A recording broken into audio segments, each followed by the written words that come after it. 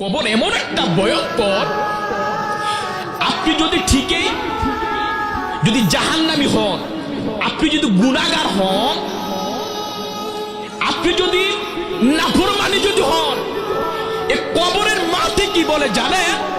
এ কবরের মাটি ডাক দিয়ে বলে, আল্লাহ এই নাফরমানিকে আমার এই মাটির মধ্যে দিয়েন না, কারণ ডানে কবর আছে, বামে কবর, আমার এরা সবাই জান্নাতি, আল্লাহ এ তো জাহান্নামী, একে যদি আপনি যদি পাঠান, ও আল্লাহ একে যদি আপনি পাঠান, আমি মাটি সহ্য করতে পারবো না।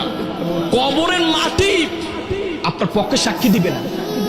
কবরের মাটি আপনার কি বলতেছে? আল্লাহর কাছে বিচার দিচ্ছে, আল্লাহ একে আমার এই মাটির সাথে দিবেন না, এখানে দিবেন না। আমি যেদিন চলে যাব, কোথায় আল্লাহ আমাকে মাটি দিবে এটা আল্লাহ লিখে রাখছে।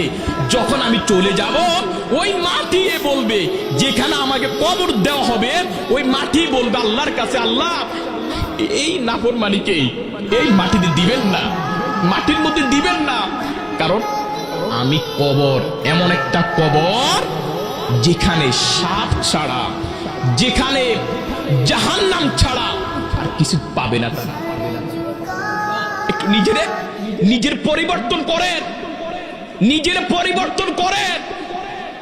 আমি আপনাদের একটা উদাহরণ দিলে আপনি বুঝতে পারবেন।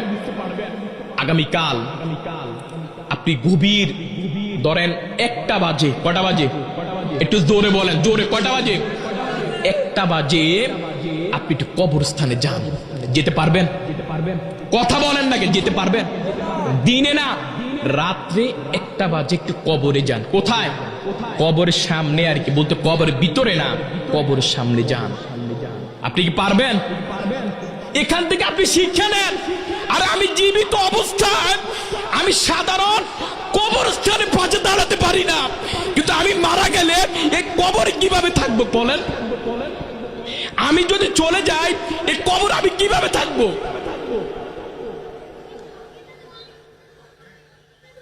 নিজেকে পরিবর্তন করেন, নিজেকে পরিবর্তন করেন।